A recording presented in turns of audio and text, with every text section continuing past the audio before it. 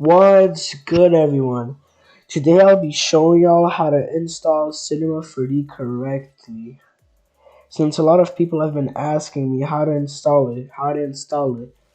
So I'm gonna make a video today. Alright, let's get to it. Alright, so right here, after you've downloaded it, you're gonna have this right here, a zip. Right? So then you right click it, and then extract all, and you're gonna have this little folder. You double click the folder inside of it. Then you're gonna have this little Max and Start thing. You double click it, and then you choose the language you want. You click OK. It's gonna pop up right here, this little thing, the setup. You click continue, right? Then you put random stuff in here like boom, boom, boom, boom, boom, boom, 1, 2, 3, 1, 2, 3, 1, 2, 3, 1, 2, 3, 1, 2, 3, and then you double click README, right? So then you have this and the README thing, right?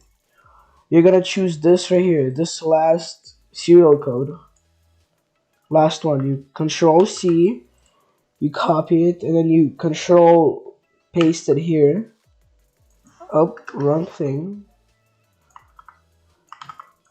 Control paste it here, and then you click paste, then continue. Boom, you pretty much did the hardest step for some people. After that, you just choose whatever you want to get downloaded. We're not going to choose any of these. We're going to choose Cinema 4D, because that's what we need, right? Click continue, continue. I have read it, accept the license, continue. Since I already have it downloaded, it says the folder already exists, but for you guys, it would say, like, would you like to download this? Click yes, and boom. You downloaded Cinema 4D successfully. Congrats.